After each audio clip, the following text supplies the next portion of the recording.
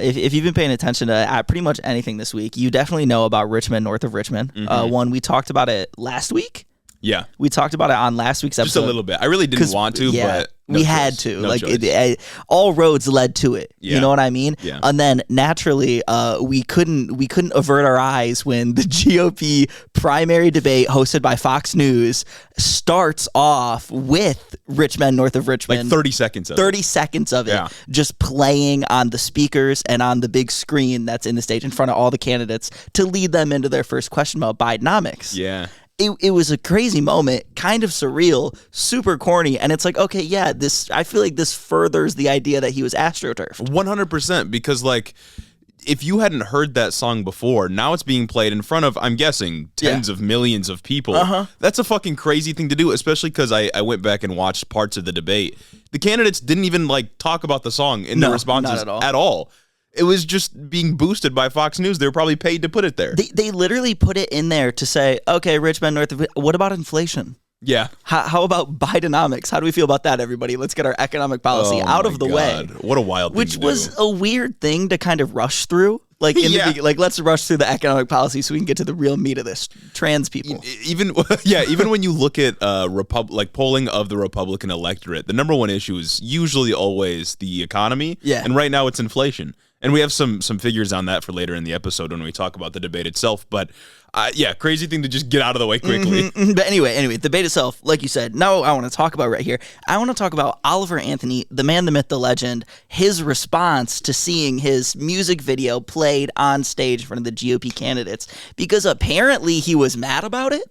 Okay. He was upset. He goes on, he drops a 10-minute YouTube video talking about saying things like, quote, I wrote this song about those people. It's aggravating seeing people on conservative news trying to identify with me like I'm one of them.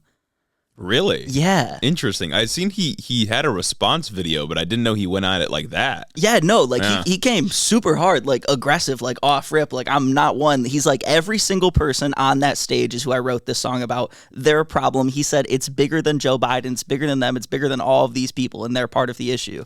See, folks, this is what I call backtracking. Or maybe just being inconsistent. And you know what? Maybe it could be the case that he wrote the song with the intention of criticizing not just, the rich men north of Richmond, as in the people who were in favor of the union. Yeah. Maybe he meant to criticize all politicians, regardless of being conservative or liberal or whatever it is. But it never came across that way. The lyrics didn't suggest that was his intent in any capacity.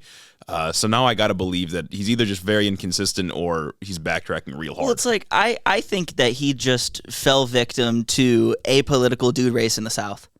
Yeah. You know what I'm saying? Yeah. I think that's what it is, because in the rest of the video, he goes on to say a bunch of things. Like, he said, quote, the one thing that's bothered me is seeing people wrap politics up into this. And then later goes on to say it's not about politics, it's about people.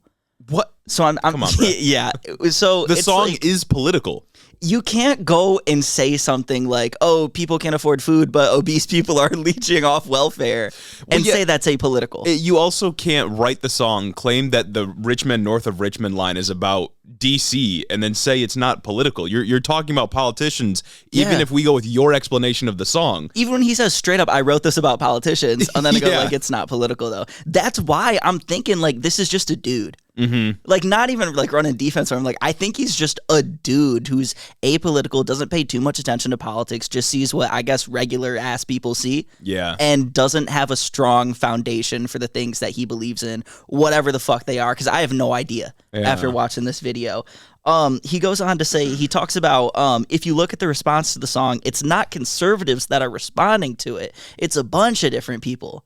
Which is just a lie. Every conservative boosted it in unison. That's what I'm saying. Yeah. Like, I don't get the angle that he's trying to take here. You think maybe that he was just like this regular country singer, apolitical guy that, he never really thought about politics being from the South, and maybe the right-wing media just snuck up and sunk their teeth into him. I think that's exactly what it is, because like, especially because he goes on, and this is the part that's like the craziest to me about the whole 10-minute video. He goes on to address criticisms that he says are from the left by saying that his line, the people on the street with nothing to eat and the obese milking welfare, you know, the famous line in the song. He has a couple lines about welfare. Oh, yes, he does. He said that song was about a news article he read where food insecure kids in Richmond missed meals over the summer because they rely on the lunches that schools provide, while 30% of welfare money is spent on junk food. But then he goes on to say that irresponsible spending isn't the fault of the people on welfare, and he makes us aware that he's aware that welfare is a really small percent of our overall budget and that the people on welfare aren't the problem. Why didn't he say any of this in the song? That's what I'm saying. He after that, he's like, I get that like English is an interpretive language, but I feel like people are just taking the wrong meaning from my lyrics. And it's like, dog, listen, man, when you're an artist and you put something out into the world, you don't get to decide how people interpret it anymore. It's out there. Yeah. Like authors know this very well. There's tons of different interpretations of what they write. Yeah, you don't get to control how people are going to interpret your message. And when you don't say any of that in the song, then of course people are going to take it that way. It's like you can't control how people can find deeper meaning in the things that you wrote. Yeah. But I would argue here that there isn't even a surface level meaning that communicates that, because the line, just the obese milking welfare is very much tied to cultural conservative signifiers. Exactly. That's all that is. These are tried and true conservative talking points. You can't decouple those things. Yeah. And again, that's why I think this is just dude. Like he maybe he is just a guy. Yeah, also, what, like 40% of Americans are obese or something like that? And that's not to say anything about their moral character, of course, but yeah, our country is one, in our FDA and all of our processes for regulating foods is terrible. Yeah. And we feed each other horrible things, and so of course we're not going to have a very healthy country when it comes to that. And it's just like... But him calling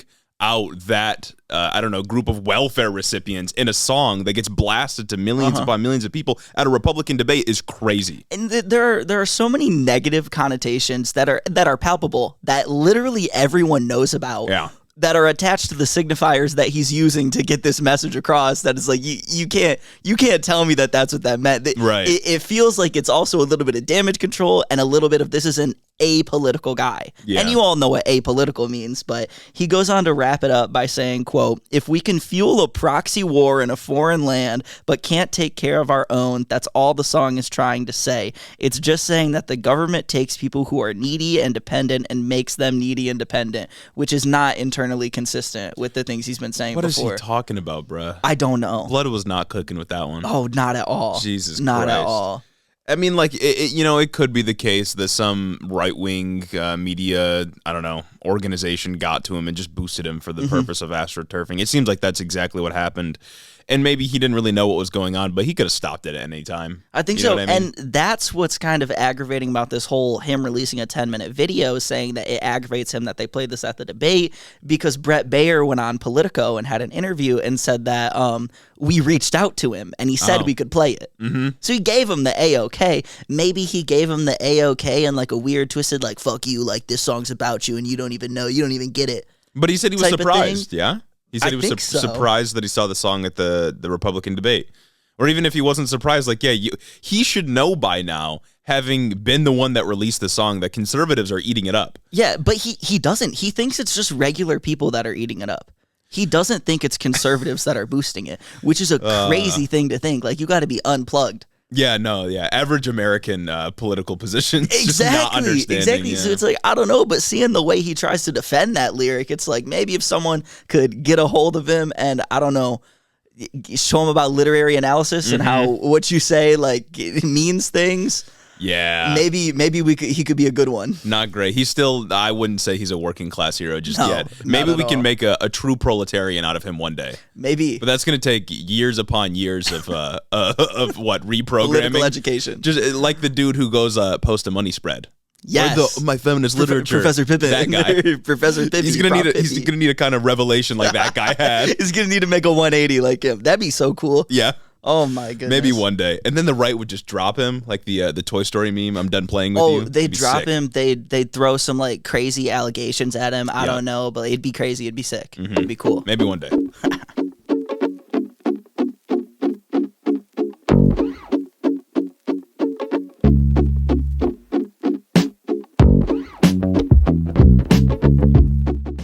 Welcome back to Head in the Office, everybody, and thank you so much to those of you that came out to watch the debate with us last Wednesday. We had a lot of fun. So many of you came out and showed up too, which was ridiculous. We had like 800 concurrent viewers for like a solid hour there. It was nuts. I didn't think we were gonna break 2. We had like 10 times more than we've ever had for the live stream. Exactly. And like I knew it would be popular because you know the debates were going on. It's a big deal, but I didn't know how many people would show up, and it was a lot of fun. So thank you if you came out to watch us. Thank you so much. And I also underestimated how many random people the live would have been recommended to. We had hella people coming in the comments. Why are you talking over them? I'm trying to hear what they're trying to say. Yeah, apparently Sam Cedar got some of those comments too. Like, we are political commentators. Like, bro, if you want to watch the debate, watch the debate. It's free. It is. It's on national television right now. That was good. That partly made my night. We didn't even talk that much. No, I'm saying we got plenty of it. And it's like when we talked over like Doug Burgum. Yeah. Who's coming to see what that guy has to say? Doug Burgum or Mike Pence, who was pausing for longer than we would talk anyway.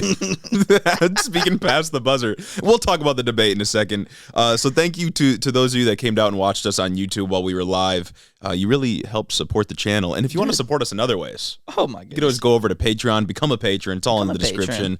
Also, you can get yourself some merch. We are going to announce right now that we're planning to we record on Sundays. Make good on our promise that I think I made last week. Yeah, by Wednesday, when this episode airs for the general public, we plan to have mugshot t-shirts available for purchase at headintheoffice.com. I think we're definitely gonna have a Trump one, obviously, but I think a Rudy Giuliani one as well. Gas, fire, napalm. Yeah. Really. Well, we're hoping to have both those out. So if you want one of the Head in the Office variety, maybe we're doing a little exclusive collection drop. They're good, dude. Just for this picture event. Was good because we didn't get to talk about the mugshot on the last episode because it dropped on like Tuesday. Yeah, but God, it's so good. He looks so angry. No, I think it dropped after the debate, like Thursday night, right? Like pretty late Thursday or Friday. Yeah, that's maybe? right. All I know is it dropped after we recorded. I was a geek.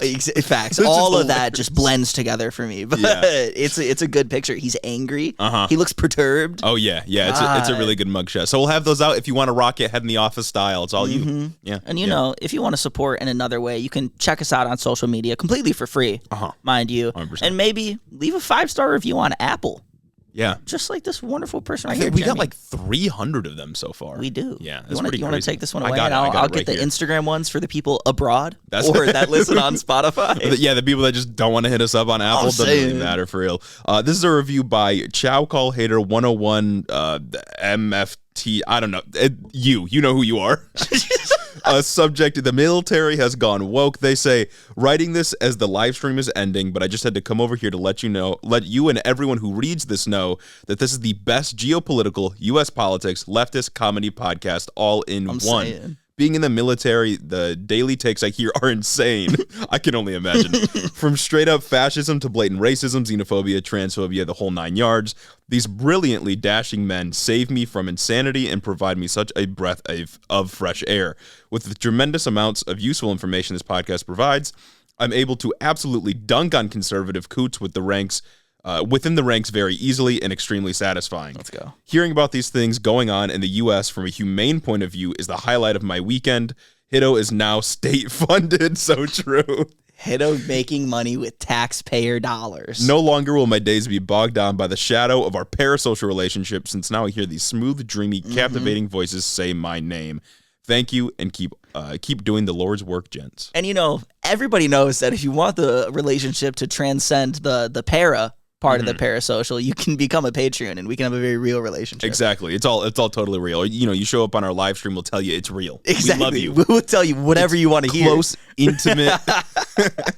Thank you for sweaty. Thank you for leaving the review. I didn't know there was any leftists allowed to be in the military, so that's True. pretty sick. You've infiltrated. No, so maybe they were right when they were talking about the woke military. Yeah, maybe they are going woke. Maybe they are going woke. That's shit, woke military is something I can get behind. We're about to lose wars. Oh, I mean, what? They go woke. What's next? They let women in. Inshallah. They let more women in, and we can't fight anymore. Yeah, ridiculous. I don't know. What's next? Affirmative action in the military. I'm saying, I don't know if I ever talked about it on here, but I wouldn't call it a fight, but I got into a discussion with somebody, I don't know, about how women aren't worse than men. You can guess the position that I took.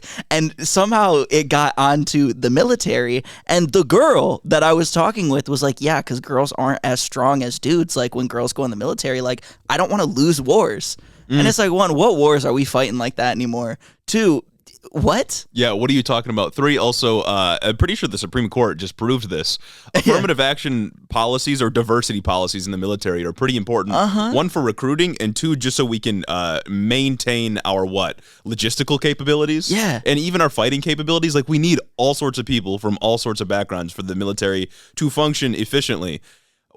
People that take that position just hate women. And it's also like, I doubt that whatever differences exist between men and women when it comes to strength don't really matter when you have guns. Yeah, that's a good point. When you have guns, and what's your body gonna do against a bullet, bro? Strategic positioning, Drones? whatever, drones, Yeah. bombs from 30,000 feet in the air. I had to get that out again. You know how it goes. It's just like the underlying misogyny everyone's born with. Some people just can't get rid of it. It's crazy. She went on to then say that girls are just like dumber than guys too. She's like, yeah, men are just more math brained. I said, no, I'm not. Is she the one running the International Chess League from last Probably. episode? Holy shit. But speaking of women that are better than this, we have a review from Reagan Mills saying, please forgive the review via DM. I don't have an Apple account, and as an official representative of Big Trans, unfortunately, all I know is gender ideology. Found the podcast on TikTok, and boy, was I delighted to find 2 cishet white men whose podcast I actually enjoy. Diamond in the rough. I'm saying, it's rare to find a political podcast, on TikTok no less, that doesn't make me want to blow out my hearing permanently by lying face first on my car horn. Hiddo is a breath of fresh air. The boys are informative, and each episode makes me giggle and kick my feet as if we're living in a late-stage capitalist hellscape. I highly recommend Hiddo for all flavors of dissociative depression. Fugues? I'm bad at reading. I'm be like that. Not as smart as you guys think I am. Of just in the shower, washing a pile of dishes, having floor time, all the moods. I've spent the week working my way backwards through each episode, and you both kept me great company as I go about my daily heinous trans agenda tasks. Big trans kudos to you 2 boys from the Big Trans lobby. Keep up the good fight. Nice. We will. Nice. Well, thank you for leaving the review. You know the lab leak theory for COVID? Yeah. Well, the woke mind virus leaked from this basement. That's right. 2 years ago in like a handful of weeks. We're putting testosterone in all of the water that goes to girls and estrogen in all the water that goes to boys. Exactly. We've been doing this for years now. We've been doing the pod for what, 2 years? Yeah. I've just been putting it all in my sub pump, just getting it into the environment. You know what I mean? Turning the frogs gay. Exactly, always. And we got another review from Bailey. Hi, Jeremy and Gage. I just wanted to say I love your podcast, and although I am a Wednesday weenie, ridiculous, I look forward to this podcast every week. I love the live stream on the Republican primary debate and stayed for the entire time. What a soldier. I always wanted to say I'm writing this on a train. We love public transportation, and I changed my major in college to political science thanks to you and my love for funny politics. You're giving us too much responsibility. I was about to say, if you fail to make enough money later in life, don't come trying to me. Yeah, whoa, Trust me, I know about that. Christ. Obviously, I give that this episode and all of them in the future. I hope that this episode and all of them in the future goes well. Listen, guys, I'm struggling today. I'm sorry. I'm sorry. Things have been going. You know how it is. And we got one more. Okay, one more. We got one more. This one's from Sarah Strode. I'm a 16-year-old trans girl, and I'm waiting on my first HRT appointment. It's very refreshing and enjoyable to see 2 cishets actually care about trans people. The bar's in hell. Yeah. You are now among my top-tier comfort creators. Being trans at a young age is tough, but you guys keep me from getting too doomer. Maybe one day after college, I'll stop being a Wednesday wumbo and ascend to the height of a Sunday supremacist. You are welcome for increasing your female analytics. Hopefully, I will finish the backlog and become one of the few Hiddo girls. Comfort creators. That's crazy. Prepare to be uncomfortable because we're talking about all of our favorite demons in just a second. That's here. right. Like 8 of them all in the same place gathered at once. That's it's crazy.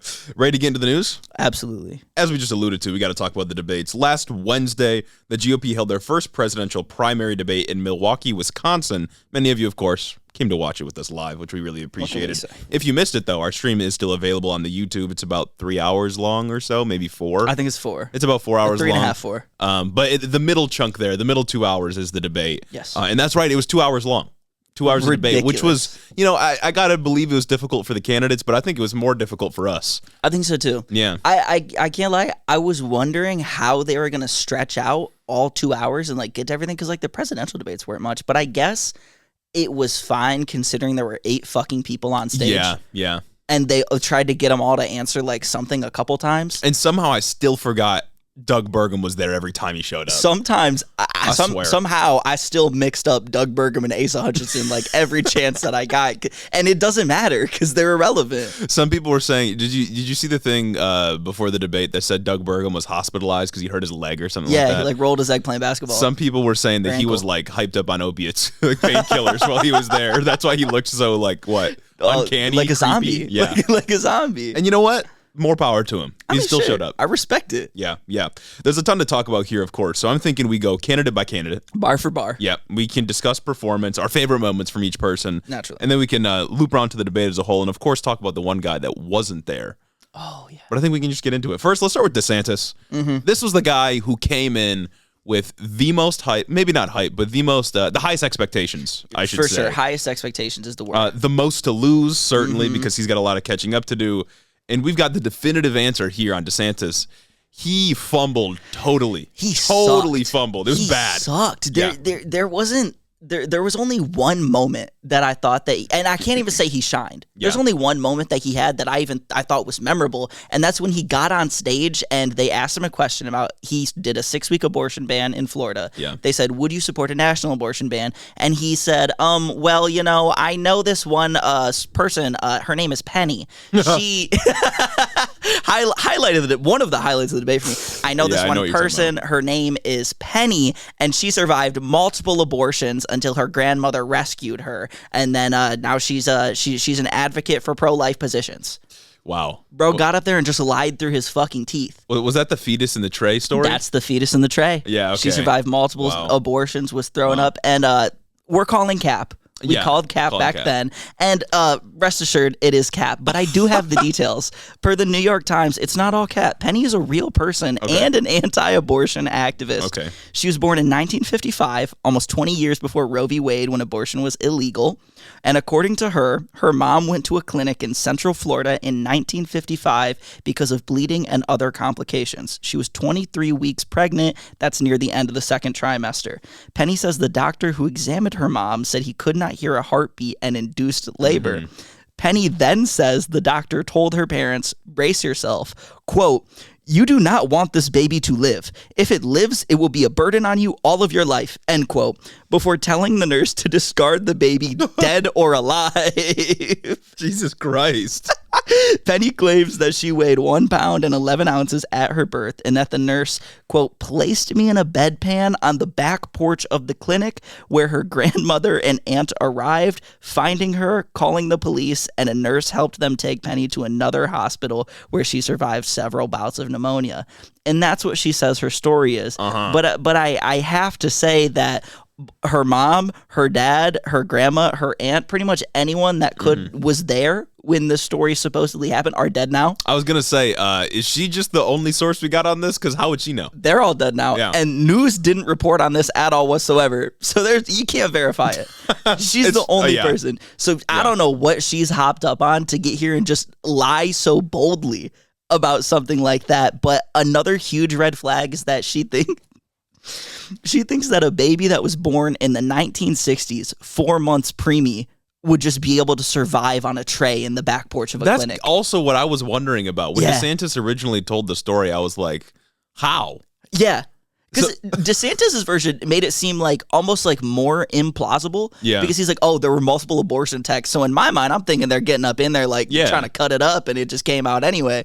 Right. But no, they just like he induced birth. Well, supposedly induced birth, put her in a pan and put her out back. I also love how this story takes place in 1955, which is, again, as you said, before Roe v. Wade, before abortion was made legal or constitutionally protected, which means that this story says nothing about the legality of abortion or the morality that resides therein. Yeah. It just has to do with this one individual person. And it also hinges on just like some evil doctor that's anti-baby. Yeah. Some evil OBGYN, mind you, that's just anti-women having children. This, this baby will be a burden on you. Fucking Dr. Abortion, the evil, like... Dr. Abortion McEvil. Dr. Abortion McEvil. Like, I don't know what's going on. What was she smoking when she wrote this? And it's also even more wild because after 70 years of medical advancement, if a baby today is born 4 months premature, they only have about a 50-50 chance of living. And that's with serious medical intervention. They have to be ventilated. They have to do all of this. It's not good. So, like, that's all just to say that there's no fucking way. Yeah, 70 years ago, come on. Absolutely no way any of that happened. I did love that DeSantis moment, but beyond that, you didn't really see DeSantis too much. No. He didn't really talk about woke too much. We actually barely got any mentions of, like, the word woke itself. I think the word woke was only said once by Nikki Haley. Like, in the last, like, third. And that's probably like a good thing generally for the country that's not being said that much. But DeSantis's entire identity as a candidate is the whole anti-wokeness politics, right? Florida's where woke goes to die. Yeah. That whole thing, like that's all he does. So when he doesn't get the chance to do that, or when he doesn't do it at all, he's really nothing. Like, he can't really stake himself on policy positions. The only policy that he's ushered forth are policies that further the current trans genocide. Right. And that's another thing that they didn't really talk about. Yeah. The questions, I think there was one general question about, like, I think it was kids. Yeah. But I don't think there was anything that was explicitly, like, what would you do about trans people? Or there was one. Yeah. Towards the end. I can't remember exactly what the question was, but there wasn't enough of that because Marjorie Taylor Greene was on Twitter or X posting about how they barely got they barely talked about it at all. Yeah, a bunch, and they didn't. Like, I was generally surprised that didn't come up as more of a poignant topic of conversation. I think I was trying to articulate this during the live, but I think the point I was trying to make is I think it didn't come up as much as we expected because generally I think the public doesn't view those positions as very palatable, and I think Fox News right now is desperately trying to come across as more normal and less insane. For sure. So I think people like Brett Baer and who was the other one? Martha McCallum, I think is her name. Yeah. I think they're trying to be more regular and more personable. They are the more regular Fox News anchors. It's because, like, Fox News, obviously the whole organization is batshit crazy, but they do have, like, regular shit. We gotta respect it. Game is game is game. Yeah. But, like, I remember, I think it was a couple months ago or last year at this point, where they aired on, like, their daytime, like, actual, like, this is what news is happening show. They aired this segment about not a trans family, a family that had a trans kid. And I mean, like a preteen. I remember that. In a positive light. And they're like, oh yeah, this is actually great for our family. Like, we have our trans son and we're still conservative. Like, we still love family values. It's just like now he's happy. Yeah. And I think it's like, I remember conservatives lost their mind about that. Ben Shapiro lost his mind about it. All, like, the regular demons The internet people did. Yeah, and I think Fox News recognizes that most people in the country accept trans people. Overwhelming amount of people accept gay people, gay marriage, that sort of thing. The only issue that conservatives have a slight lead on is trans people in sports. But that's such a small piece of the LGBTQ puzzle. Oh, yeah. That they can't hammer that home. Well, they try to hammer it home constantly, but, like, it's not... a position that really encompasses the whole issue.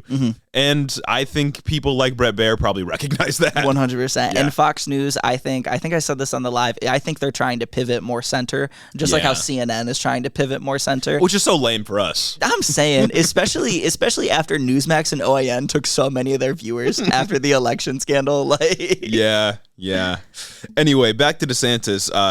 He totally fumbled. His answers fell flat. And honestly, Mike Pence got more screen time than DeSantis did, which is bad. Yeah, there were large I swear to God, there was like a 20-minute section where the camera didn't even look at him. Yeah. He didn't say a word. I forgot about him. Like, he had a forgettable performance. And perhaps it is going to be viewed differently by Republican voters, as we'll talk about some polling in a little bit. But I didn't think he did that hot. Yeah, and it's like, to me, it felt like Mike Pence had more of a personality than Ron did. That's crazy. Which is a crazy thing to say, I know, but watch the debate. Like, he actually got it. And when you have less personality than Mr. Mike Pence, Mr. I can't be alone with a woman. Oh my God, yeah. Like, he's a slab of wood. What are you doing? Yeah. No, not good. Should we move on to Vivek Ramaswamy? We should. Vivek, yes. 100% stole the show. 100% stole the show. He was like the breakout candidate for this debate. Because like off rip, what happened? It was like Christie was saying something and he pressed him, or Christie pressed Vivek, and then he just like clapped back at him so hard. Yeah. And then there was the moment where I can't remember exactly what they were talking about, but then the audience just started cheering for Vivek's like attack on Christie. Moderators gave Christie time to respond, and he couldn't respond because the crowd was cheering so loud that you couldn't hear him. Yeah. And he sat there for like 30 seconds in silence. Yeah, he was just pissed. and that was the moment that Brett Baer had to turn around and be like, hey guys, chill. To the audience. Like, oh my goodness. Yeah, Vivek, he definitely stole the show here. Of course, he is insane. And we saw how truly insane he is. He's nonstop talked about abolishing the Department of Education. He loves that one. It's also not a new position. On stage, he said we need to raise the voting age to 25. Which is a crazy position. He also had some crazy quotes. He said, the Constitution is the greatest guarantor of freedom, and that's how we won the American Revolution. He's got it backwards. Who the fuck's his guarantor? Yeah, that's crazy. I love the line that he says about diversity. He goes, diversity made us forget what we share in common.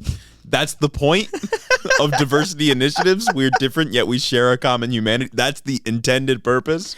But you know they don't care. It's all about just getting diversity again within conservative circles. It's the signifier that means this. It means black people, and they don't like that. Yeah. So he can just throw out diversity and say whatever, and as long as he hits the buzzword, it's fine. Yeah, Vivek, he definitely got all of the clips that he wanted to get, and that's, of course, what these debates are for, to show you one-on-one with or fighting against multiple different candidates. He got those clips. He's going to be able to make campaign ads out of them. He did start to get on the back foot, I thought, towards the end of the debate, maybe the second half, because he was getting relentlessly dogpiled. Yeah. He got totally owned on foreign policy by Nikki Haley and Mike Pence at the same time. Crazy. And there were a couple of other issues. Climate change. Yeah, he raised his hand and said the climate change is just an absolute hoax, and the crowd booed him. Which that was a really wild thing to me, because obviously I assume climate change denialism with conservatism, and especially the conservatives that we see on stage right there. But they had a guy from YAF, Young America Foundation, which is like this crazy, from what I've seen of them, they seem like this crazy far-right, like young conservative organization, come on and say climate change is the number one, like one of the number one issues on young voters' minds. How do you feel about climate change? And then Brett Baer, he asked something about like, do you support initiatives that would reduce climate change? Or no, do you not support it? Something like that. And Vivek was the first one to raise his hand like, no, I don't fuck with climate change. Exactly, yeah. Well, and DeSantis tried to save all of them because they were like, raise your hands if you don't believe climate change is real or something like that. And Vivek, he got his hand up there. Vivek was, hand up immediately. Instant. But DeSantis was like, well, hang on now. Don't make us do this. We're not children. Because DeSantis, I don't know if DeSantis is trying to moderate himself or what it is, but he just, whatever he was trying, it wasn't working. I don't know why he was trying to save him either. Yeah. Like why he tried to step in and like dodge the question for everyone. I guess he just didn't want to look bad, and he didn't want the GOP to look bad. I don't know. I guess. Yeah, pretty lame. Should we move on to Nikki Haley? We should. Another surprise, like I wouldn't call her a star of the show, but a person that really surprised me with their performance. Relative to expectations for Nikki Haley, especially with all the shitting on we've done to her. I didn't expect her to do as well as she did. She had a couple of good moments. As you said, did better than expected. Her answer on Ukraine was actually like legitimately good. It was like a regular good take. A regular good take against Vivek. Everything else, of course, was pretty insane. But I thought she framed the Ukraine take in a pretty good way by saying like a win for Russia would be a win for China, especially if, according to Vivek's logic, China and Russia are best buddies, so why would you want to let Russia Which is a really good association to make, considering all the anti-China saber-rattling that's been going on for the last couple years. Right, yeah. It's like a novel association that I haven't seen before. Nikki Haley's also been getting a ton of coverage for her abortion answer, which I thought was, when we listened to it, I thought it was pretty flat and contradictory. Yeah, but it not? I've been seeing, I've rewatched it. I think it's still just as crazy. Okay. But I've been seeing people saying like, oh, this is a great take on abortion. She's calling for consensus. So I figured we could watch it on the show. Calling for consensus and saying that that's a great take is crazy, because I don't know, fence sitting hasn't been associated with great things in the past, but I don't know. Pop off, I guess. She's saying like, let's not literally kill women. But we can listen to it real quick, and then we can decide for ourselves. Stop demonizing Let's start over. We need to stop demonizing this issue. This is talking about the fact that unelected justices didn't need to decide something this personal because it's personal for every woman and man. Now it's been put in the hands of the people. That's great. When it comes to a federal ban, let's be honest with the American people and say it will take 60 Senate votes. It will take a majority of the House. So in order to do that, let's find consensus. Can't we all agree that we should ban late-term abortions? Can't we all agree that we should encourage adoptions? Can't we all agree that doctors and nurses who don't believe in abortion shouldn't have to perform them? Can't we all agree that contraception should be available? And can't we all agree that we are not going to put a woman in jail or give her the death penalty if she gets an abortion? Let's treat this like a respectful issue that it is and humanize the situation and stop demonizing the situation. Yeah, so that's Nikki Haley's abortion response when she was asked about her abortion policy. But I still think that answer is pretty contradictory and pretty out of line with what Republicans seem to want. That's what I'm saying, because it's like I think it's good for whatever she was trying to do, that she said it's a deeply personal choice for women and men, because she's obviously in a room full of men that don't like women. Yeah. So she's got to make them have personal stake in the issue. But still, this is a losing issue on your side. Right, exactly. Like a losing issue. Like you're taking the liberal side of you're in the conservative room. Mm-hmm. What are you doing? Right. Well, and it's like, right after this answer, Mike Pence stepped up and basically said this: it's literally murder. Oh, bro, then quoted the Bible too, didn't he? Yeah. But if it's literally murder, how can you call for consensus on this issue? Yeah. Like, that is the contradiction at the core of her answer to this question here. And also, she goes on at the end saying, like, can't we all agree we shouldn't have late-term abortions? Can't we all agree that everyone should have access to contraception? No, that's the thing. We can't agree on that because your side of the aisle won't let us make any progress. They're strong-arming everything. Yeah. Everything. And she also said at the beginning, like, justices should never have made such a personal decision for everyone in this country. What interest? Why should Congress be able to make a decision then? Why should state governments be able to make this decision for you then if it's so personal? And again, like, just back to what you said, it's like, I don't know how she is calling this a personal issue at the GOP debate when their side is the one that's saying it's murder. Yeah. There's nothing personal about murder. You know what I mean? Yeah, no, I don't know. I thought the answer sucked. It does suck. It especially sucks in context. But like, I guess if it was something else, it would have been fine because it's a very reasonable thing to say. Look, this isn't an issue that we could reliably like get done. Like, she's doing the anti-politician. She's not getting up and like lying about it, I guess. Yeah, but that's the thing is that Mike Pence swoops in and he's like, you may say that we need consensus, but that's not what leadership is. Leaders take a stance and push was for that it. When Mike Pence got up there and quoted the one verse that was like, oh, Jesus said he's known you since the womb, since before you were born or some shit? Probably. That's the corniest shit, bro. What are you doing? I guess it works for the crowd that he's appealing to, but I think it's corny. 100%. Yeah, but it's like, I mean, that's like, I appreciate the crazy thing is I appreciate the attitude of that answer and wish it was applied to other things just generally across politics. Yeah. But like, it's weird. See, I don't know if she's actually believes what she was saying there. She might think that that's like the actual way forward, but I have a hard time believing that from someone who says they're pro-life. If it's literal murder, she's pro-life. Yeah, she said she's proudly pro-life at the I think at a different point in the debate. But if you are proudly pro-life and you believe that it's murder, how can consensus ever be justified? If you're proudly pro-life, you're not drawing the line at late-term abortions. You're not drawing the line at third trimester. Yeah. At most, like at earliest, you're drawing the line at the end of the first. Because we know that the whole late-term abortions argument is just a foot in the door to further justify worse restrictions on abortion. Exactly. It doesn't happen. Less than 1% of abortions are in third trimester. So I don't know. I thought that answer sucked, but maybe it's working with moderates. Who fucking knows? Anything else on Nikki Haley? I don't think so. I don't think there was anything else. Oh, she was nailing Vivek on Ukraine. I think we hit that already, though. That was cool. Yeah. That was cool to see. Yeah. Vivek getting messed up on foreign policy. She said, like, you have no experience and it shows. Facts. It was kind of a lived up moment, but I appreciated it. I expect that from the former, like, UN ambassador. Yeah, something like that. Yeah, under Trump, so it's right? like, I guess so. Yeah. I guess. This is all in the context, of course, that this is all futile. Yeah. It just doesn't matter because Trump's going to win the nomination. I love it, though. The big man. You got to let us be liberals for a little while. Next person we could talk about is Mike Pence. Relative to his position coming in, I thought he did maybe second or third best compared to Nikki Haley and Vivek. You think he did better than Nikki? I don't know. They might be about even, but compared to the screen time I thought he would get, he did pretty well, especially with the confidence to just take long dramatic pauses after the ding already went off. Yeah. You gotta respect it. Bro got double dinged like 4 times. Yeah. It was nuts. People in the live chat were saying that they thought we were the ding because it didn't mean anything to Mike Pence. Yeah, that was the other like thing that I personally really loved about live streaming like our debate coverage was that we used the soundboard more than we've ever used it on the show combined. Every 30 seconds we had a foghorn going, we had everything going crazy, and people thought that the ding for them to stop talking was us. Yeah, that's crazy because it didn't matter. Funny. Yeah, I thought Mike Pence did pretty well. I thought he, in terms of him being him, right? Detestable human being.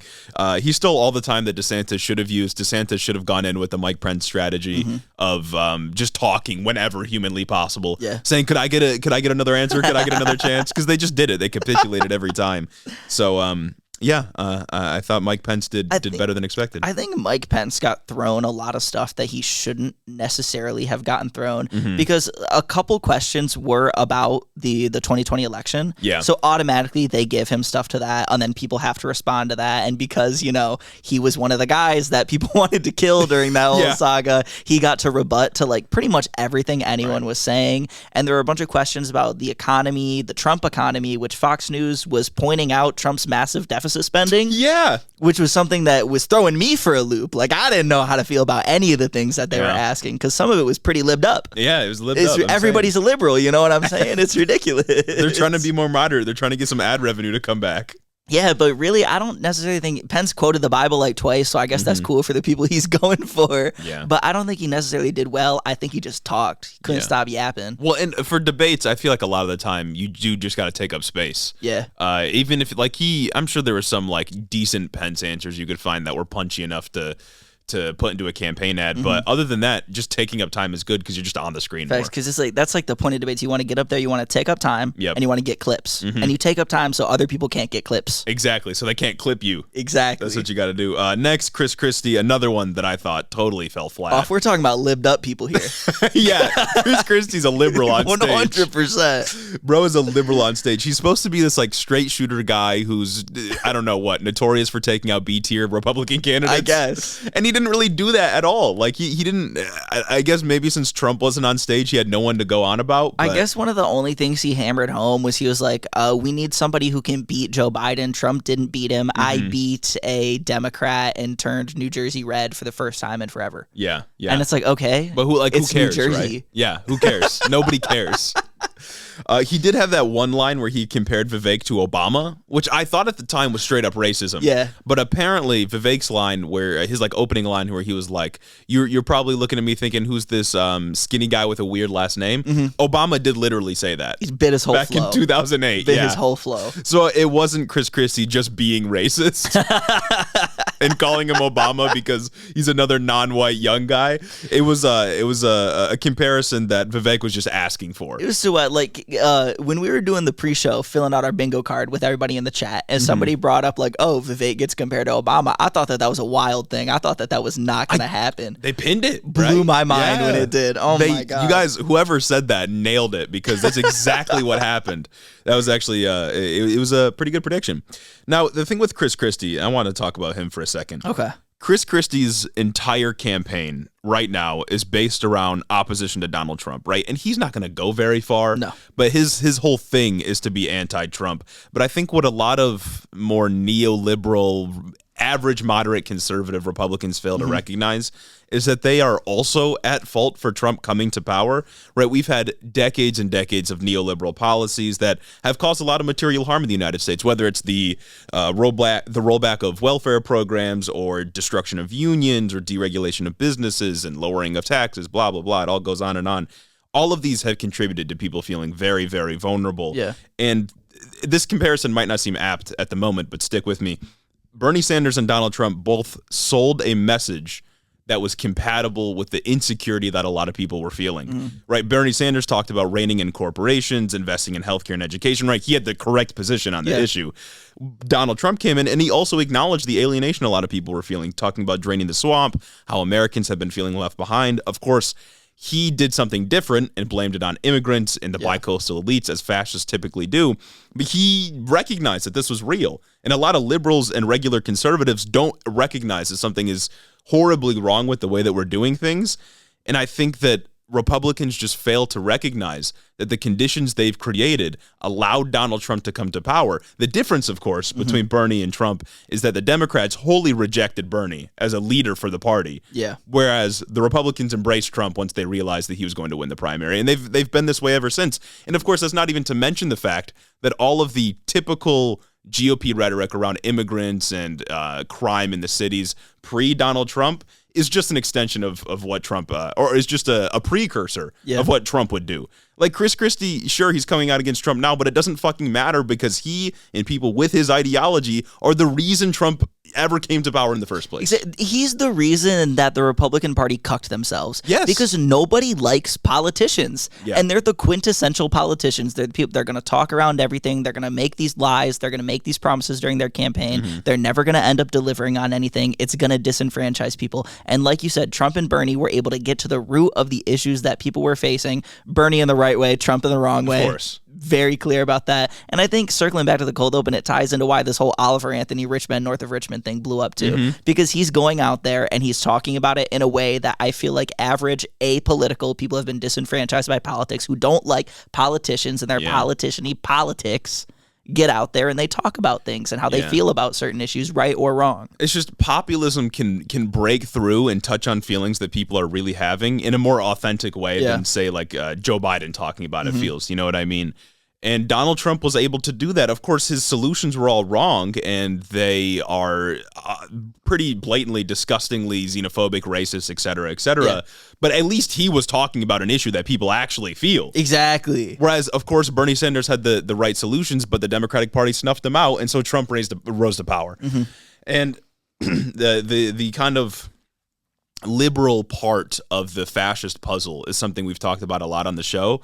But I think that even people in the GOP that are never Trumpers or are now perplexed as to why Trump is still so popular should take some time for introspection, because it's their fault too. Yes. And I don't know. It's just fascism has a material base. There are reasons, as a good Marxist, we should recognize that when fascist ideologies rise up, come to power, there's material reasons for those. There's material reasons for it. And if there's not a real leftist voice or mainstream leftist movement, then fascists are going to have a pretty easy time co-opting whatever political party exists at the time. Yeah. And Chris Christie should recognize that he's kind of part of the problem. And it's also just like, whose heart and soul does Chris Christie capture? Nobody's. I'm saying. Like, especially when he's not even going to do the thing he said he was going to do. Exactly. And he's like not even funny. He's not even funny, you know what I'm saying? Trump, he can get to the root of some issues that people are feeling, give the wrong answers, but he's also funny. He's funny and he just lies. He just lies. Just make shit up. Like crazy. Chris Christie's out here getting booed for 30 seconds straight. He needs to get out there doing that. And it's also wild that he's staking his entire campaign on, again, being a never Trumper, when the only person that was able to successfully do that was Joe Biden. And that's because of a bunch of other reasons. Yeah. No one else has been able to be, I'm not Trump, and win. It happened with Glenn Youngkin in Virginia. It happened in a bunch of other places across the country. Right. Yeah. Yeah. Not great.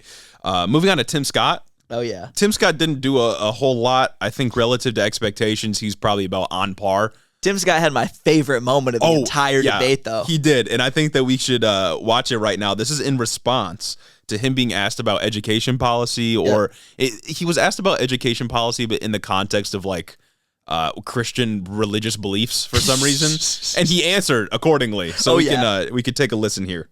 Man, he's a good guy. Yeah, I absolutely love Tim Scott's response. So let's take a listen. Our nation was founded upon the Judeo-Christian values that has made this the greatest nation on God's green earth. I'm a big believer in Ephesians 3:20 that God is able to do exceedingly abundantly above all that we ask or imagine. Our responsibility should be to model the behavior we want others to follow. On education, the only way we change education in this nation is to break the backs of the teachers' unions. They are standing in the doorhouse of our kids, locking them into failing schools and locking them out of the greatest future they could have. Oh my God. Talk about just a totally out of touch answer. Man. How we fix education is by breaking the backs of the teachers' unions. Who is seriously out there in like their day-to-day lives thinking, yeah, man, teachers, they got it good. Yeah. Also, no wonder unions never vote for Republicans. Yeah. Holy shit, dog. And it's crazy because like they would never, I said this on the live stream, they would never get away with this if they were talking about like UAW. Mm-hmm. No Republican candidate could get out there and try to appeal to working class people by saying, we've got to break the back of the United Auto Workers. Yeah. These linemen are making too much money making your cars. It's like he ripped this rhetoric from like the Red Scare McCarthy era, and he just twisted it to be to focus on a more libbed up profession, quote unquote, which is teachers, because they view teachers as these like agents of indoctrination of the youth, and they need to take them out by kneecapping their union. I guess It's a fucking by crazy paying answer. them less, giving them higher class sizes. If Tim Scott was that aggressive all the time, I think I might like him more. Because that's hilarious. He had just the perfect affect on that too. Like you can tell he believes in what he's saying with that one. 100%. And he wasn't the first person to bring up the teachers unions and how they need to lose power. Yeah. I think Vivek also brought them up, but he didn't say we need to break their back. And then Tim Scott just went in for the kill. And he thought that was an answer that was broadly appealing. I guess. It's good. I want to see more of that going forward. Yeah. So good. I guess it's time to talk to the, participation trophies of the night. I was just about to say the last two losers that nobody cares about. Of course, we're talking about Doug Burgum and Asa Hutchinson. Yes. Doug Burgum, dog shit candidate, bought his way on stage.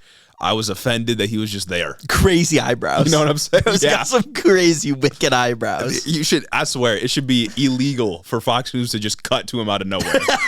That shit was a jump scare.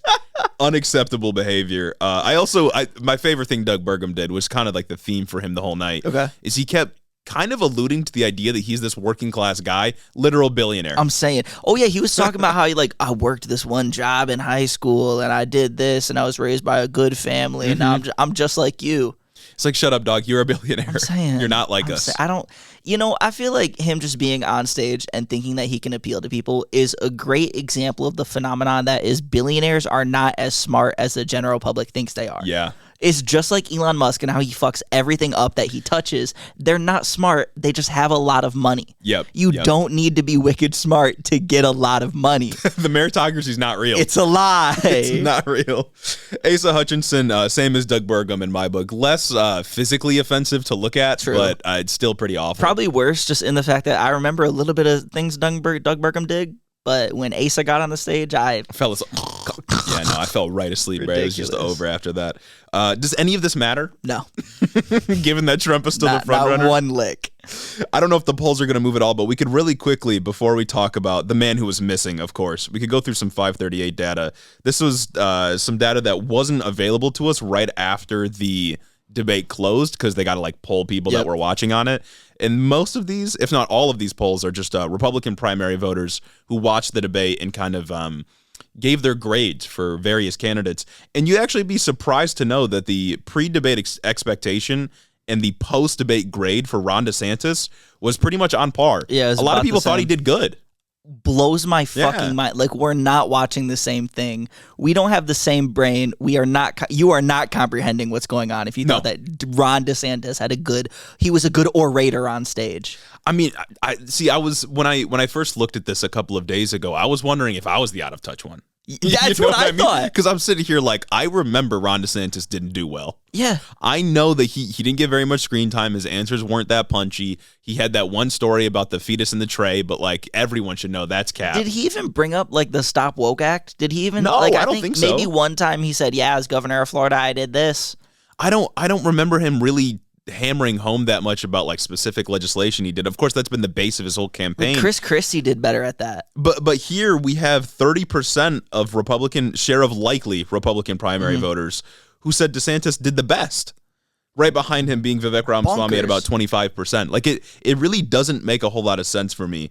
But if you want the order of candidates here, it's DeSantis being the best, and then Ramaswamy, Haley, Pence, Christie, Scott, Asa Hutchinson, and Doug Burgum in that order. Vivek is pretty close behind him, though. Yes, yeah. Which is more surprising. I feel like they kind of equalized a bit compared to where they were before this. A bit more, I guess. Yeah, and they also, 538 or whatever polling organization they've been working with, also did a poll about people who, I think they probably did it like your support of this candidate before the debate and then after, and they measured the change and how much support they got.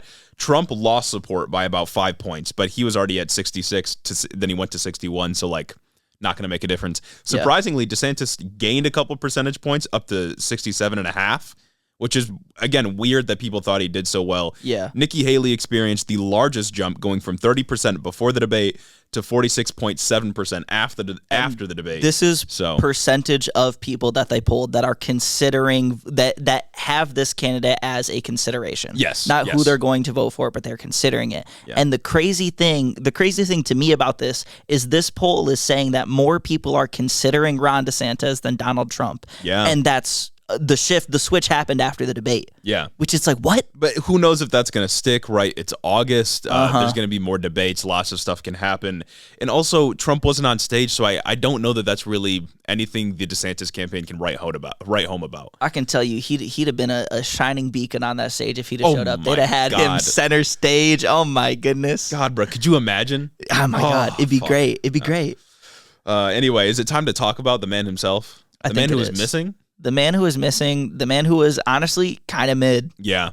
Kind of mid. Spoiler alert. If you don't know why Trump was missing, what he was doing was, and this wasn't even at the same time, it was pre-recorded. Yeah. He did a pre-recorded interview with Tucker Carlson that aired at 8:55. And which is so I think it's 5 minutes before the debate actually started, 8:55 Eastern time. And this is the kind of piece of Trump media that occurred during the debate. But again, he wasn't actually there at 8:55, so why not do both? You know what I'm saying? Two pieces of media. True. But he didn't. And it's also like, he just sounded like he didn't want to be there. Yeah. So did Tucker. Tucker also sounded like he didn't want to do this interview. And there are a couple times, we'll get to it, obviously, just like, here's my little foreplay for the whole thing going on. Tucker sounded like he was trying to like get one over on him sometimes. You think so? They hate each other. They hate each other, and I think it's starting to show. No, I don't know why Trump wanted to do this. I don't know why. I guess Tucker agreed to it because he doesn't get that much traction on X. Yeah. He's Tucker's really fallen off. Oh, since 100%. He left Fox News, which I guess is something that we kind of expected, but yeah, they hate each other, and it was kind of apparent that neither of them wanted to talk to each other. You know what I mean? The only narrative that I saw, like, leaving this whole situation with the primary debate, Trump's video airing at the same time, was that, oh my God, look at how many views this got on X. And it was like X 100 million views. But anybody with a brain knows that that's a lie, because views on X are the same thing as impressions. Yeah. They count views like what it has to be on your screen for 2 seconds. Yeah, and that's a view. Yeah. Like, oh, I could scroll past it, scroll back up, scroll down, scroll back up. That's 3 views. Yeah, exactly. On a 45-minute video, you're lying. Yeah, it's a 45-minute video that it should not count as view. On YouTube, it's 30 seconds counts as a view. Exactly. Yeah. And everybody's like, oh my God, look, this means Trump, he's the guy. And like, obviously, he is. Yeah. Like, you're not wrong about that, but this isn't why. Yeah, exactly. He didn't pull hundreds of million views on this X video. Like, come on. Yeah, I guess we can go through some of our favorite moments from this interview, but if you watch the trailer that we had quote tweeted about being crazy, those were all the best moments. When he was asking, like, do you think Epstein killed himself?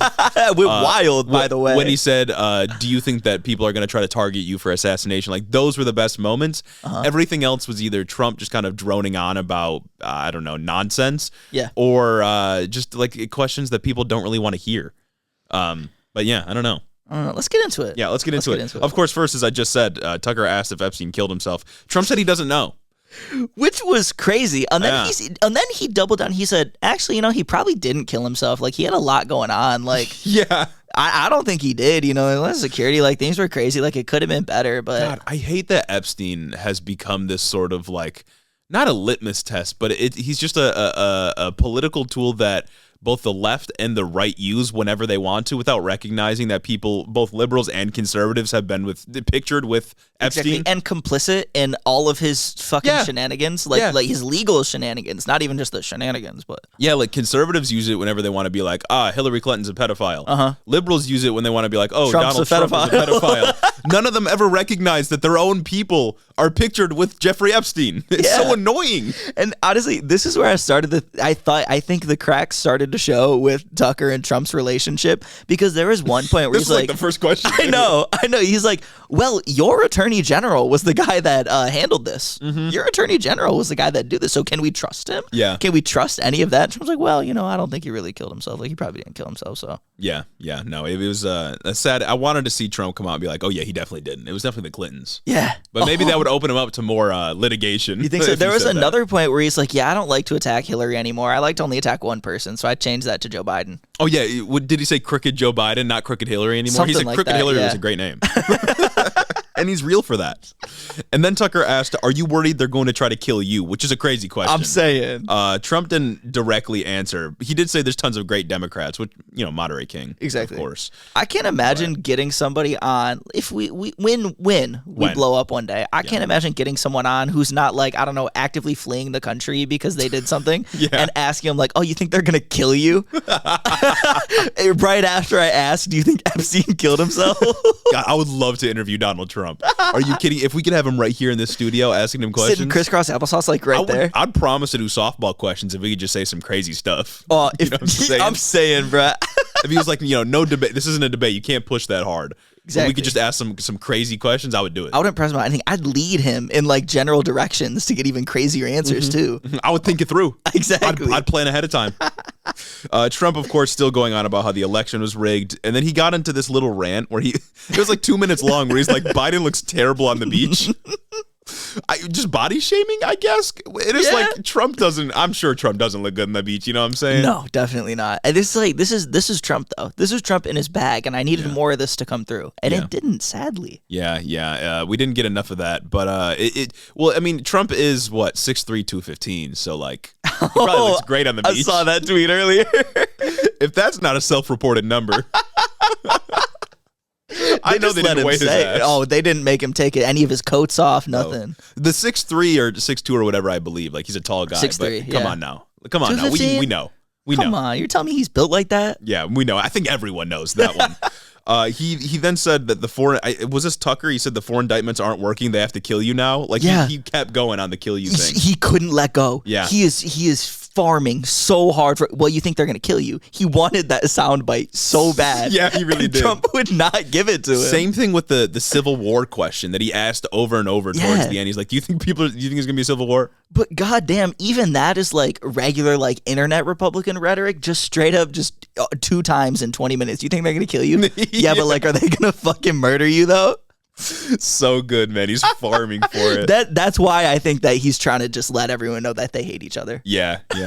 One of my favorite questions that Tucker asked from a leftist perspective. Yes. Not Tucker being the leftist, of course, but me being a leftist hearing the question was, why is China allowed to conduct imperialism in our hemisphere? That one's for the MAGA communists. I love that one is for Jimmy Dore. Why do they get to do imperialism? This is our hemisphere to do imperialism. we own this entire hemisphere.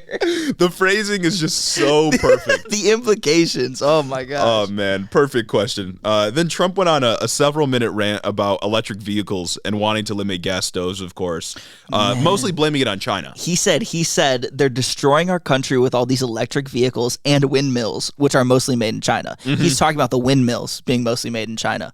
Like, dog, you're the made in America guy. Why don't you talk about how you're going to make windmills in America? Some shit like that. Well, like, that's woke. True. Yeah, no, you can't do that. True, we can't do any green energy. Only coal. The windmills are destroying our country. It just happens to be a aggravating circumstance that they're made in China. Yeah. He of course went on and on about Democratic policy, saying that they have to cheat because Trump is almost always pivoting back to they stole the election from me in 2020. Like he's been doing this for years now. He said something about how Democratic policies are so unpopular that they have to cheat to win, which is funny because that's what Republicans do. Yeah. Like that's literally what Republicans tried to do. We know this because if you poll any of the mainline Democratic positions, paid leave, abortion care, climate change, etc., the Democratic positions are always more popular. Exactly. And that's a phenomenon that we've talked about before. And then he hit us with the mail-in ballots and all of like the voter ID stuff. Oh, he hit us with the classic, mail-in ballots are wrong, despite him voting with a mail-in ballot in 2020. Yes. Despite him and huge swaths of his supporters voting with mail-in ballots. Despite our veterans voting with mail-in ballots.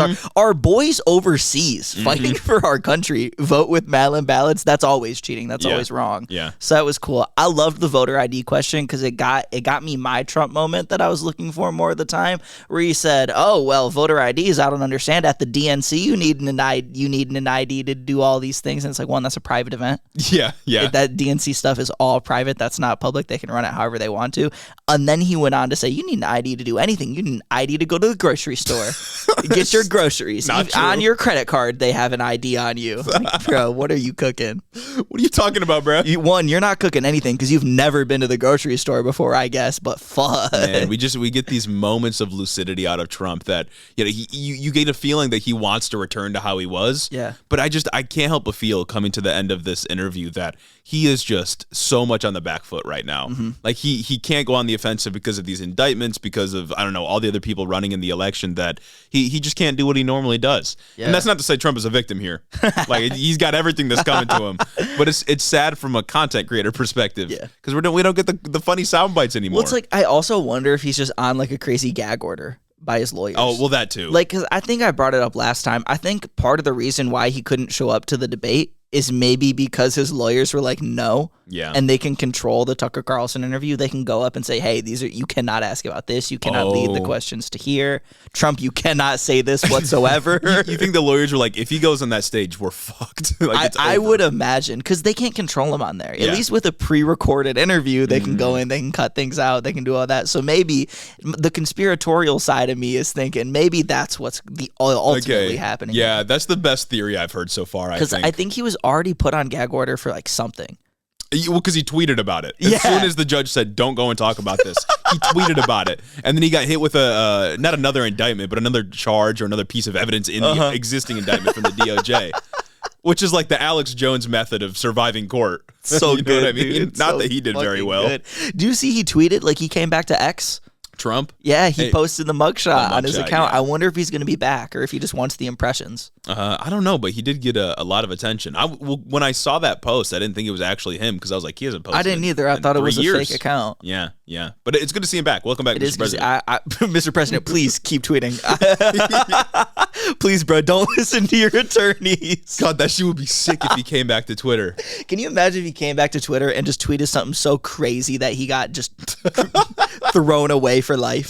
Fifth indictment for his tweets, bro. Oh my God. He's like, I'm not listening to my attorneys. They're trying to hold me back. Did you hear that Jack Smith got his DMs? The legal counsel, the special counsel from the DOJ got Trump's DMs. Which maybe there's something crazy in there. That'd be cool. I would love to see it. I tweeted about it. I would love to see what bro had cooking up in there. Oh, that'd be so There's good. There's got to be some nuts shit in his drafts. 3 months worth of the Patreon. God, I'll pay that just to get it. Throwing a year out there. I would. I'm raising my bid, bro. Come on. Oh, man. So I think the final question of this interview was, do you think we're going towards civil war? Trump didn't really answer the question. He just said, like, oh, it's not good.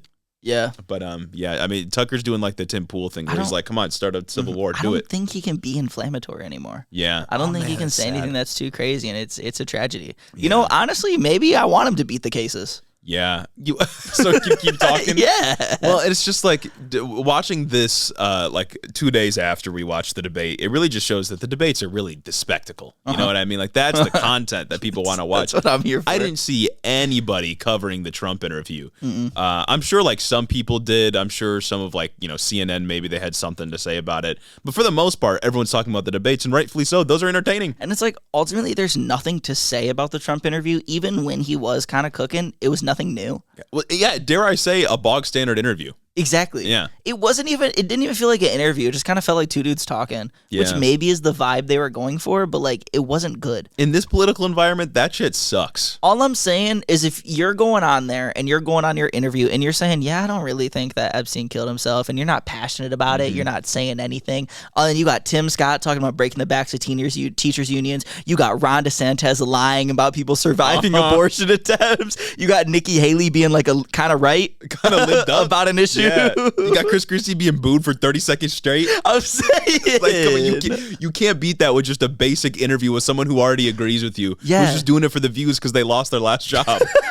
It's not going to work. And they lost their last job partly because emails linked about how much he fucking hates you. And like, let's be real. Trump is at his best when he's going on the offensive. And that's what he can do in a debate environment. You can't do that with Tucker Carlson. Exactly. In a pre-recorded interview. I got to know what was cut, though. Trump needs to be able to give it back to him. Yeah. You know? Oh, yeah. I'd also love to see what like the cut. Kanye interview, how they cut a bunch of shit of him just being a Nazi to make him look slightly better. Oh, my I wonder what God. they cut for Trump.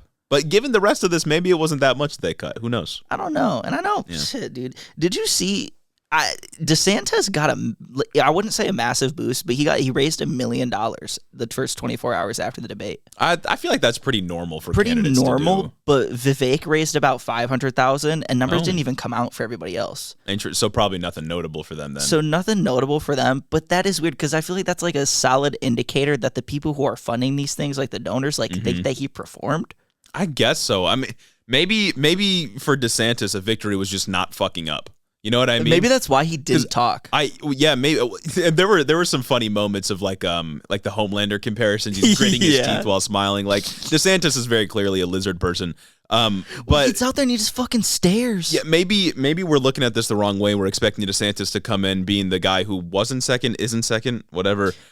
We expected him to kind of come out and do a big showing where he gets a lot of attention. Maybe what would be good for him is just surviving and getting through. Maybe that's just what he did. Maybe we're expecting Trump out of him. Yeah. And maybe it's thinking about how Trump made himself stand out amongst the rest of the GOP, and that's what we're expecting instead of considering what was the standard before Trump. Yeah. And how the people who are funding these things kind of want to get away from that. And I mean, while we're talking about fundraising, we can't ignore the fact that when the mugshot picture finally came out, Trump raised $7 million off that. That's crazy. Nuts. Yeah, game is game, baby. I hope that we can raise something like that off our drop. Yeah, hopefully we don't miss the news cycle. Exactly.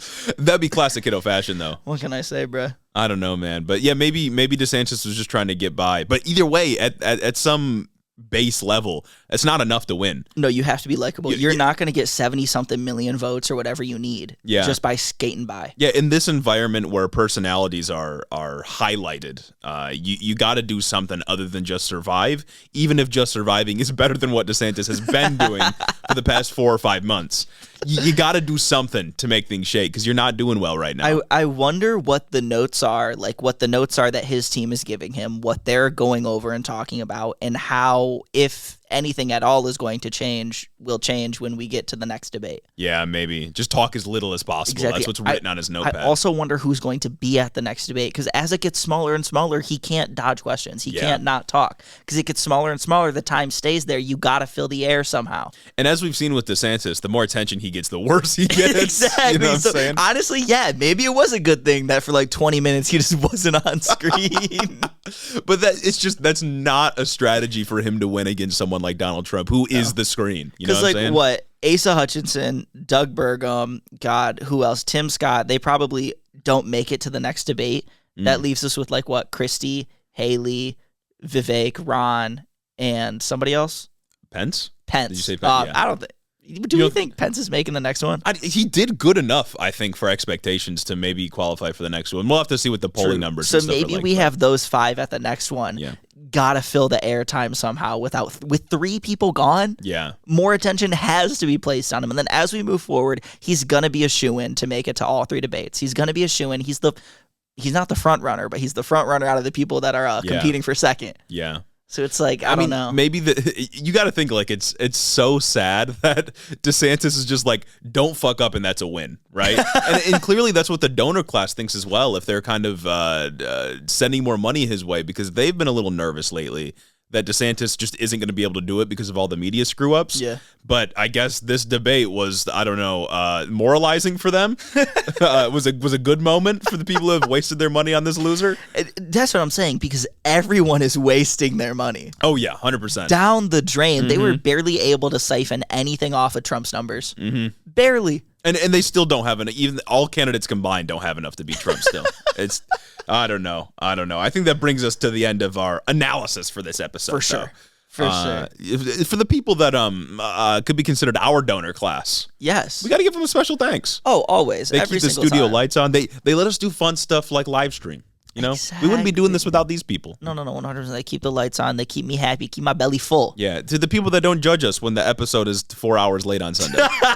And like, I'm gonna issue an apology. Like, I'm sorry, but we made it work. I'm sorry, it was a tough morning. Yeah. For reasons you don't need to understand or know about. That's all I'm gonna say. Yeah. So special thanks to Nikki Nine Lives, Caden Kraut, Lord T the Radiant, Chris the Postman, Christy Beck, Talia Kotz, 40% Spite, Andrew Harris, Mike Chaplinsky, Mattias T, Omar Suna, Rough Morning, like I said, Clayton LaFed, Mark Yeager, Dylan B, Kaz, Caleb Joy, Jim Bobs, Carl D, Rich Toro, Tari, Gavin Mayer Maldonado, Hunter W, Fergalaki, Max Vezquez, Jacob Rogers, Colton Mooberry, Fixer Punk, Jim Egbers, Jeff Muzzy, Bagel Burrito, Cincy Alex, Joe Stenstrom, Adrian Sandoval, Chloe Sam 601, Colleen Cuts, Gregory Isn't My Name, Veryuk, Jennifer DeVoe, Big Bird Titty, Crawfishin, Benneth Bennington III, Alexia Benanti, Nietzsche, Big Booty Beatdown, Moises T, Sam Maloney, Two-Headed Boy, Ben Shapiro's Boyfriend, Jonathan Cassis, Luke O'Shea, Cucker Tarlson, Danielle Jackson, The Word of Microsoft, Jennifer Sines, Aaron and His Gundam Gundams, Darth Father, Aaron Taylor, Aiden Taylor. Aiden Taylor. See, that's why we're switch off. Yeah, Aiden Taylor, Corey Chambers, Sewer Snack, Len, John Glover, Wheat Thief 69, Devin Hatchett, Retro Mondo, Meatball Minion, Emma the Dude Slayer, Claire McMillan, Breezy B, Elijah Murray, Veronica, aka V, Raxon, Ash Smith, The Grotler, Magic Ian 95, Flower Clown, Jasper and Garris, Beetlebugs, Three Crows in a Trench Coat, Lonnie Rogers, Slavic and Sapphic, Casey Lynn Kelly, Snake Eyes and Hope of Giants, AK Gone, Aquana Dawn, Zach Lantian, Info Russell, Austin Greif, Marcus Corbett, Caleb Roper, Dustin Waldron, Taylor Rensock, Ishi Teddy, Cami, Calliope, Reagan, Not Like the President, Pagan Jester, Tylen Freeman, Steak Daddy, Tay-Tay, Isaac Hodges, Madeline C, Pab the Pab 69, Kayla Lowe, Anna Volinick, Eduardo Diaz, KCC, Say Yes to West, and my mom. Thank you all so much for supporting the show on Patreon. If you just joined recently, maybe after seeing the live stream, and we missed the name, let us know. We'll get you on there for next episode. Harass us, go for it. Thank you to all of those that came out to watch the live stream, and keep an eye out for those mugshot t-shirts. They're coming very soon. Please do. Yeah. Thanks for listening, everyone. everyone. Have a great week, everybody.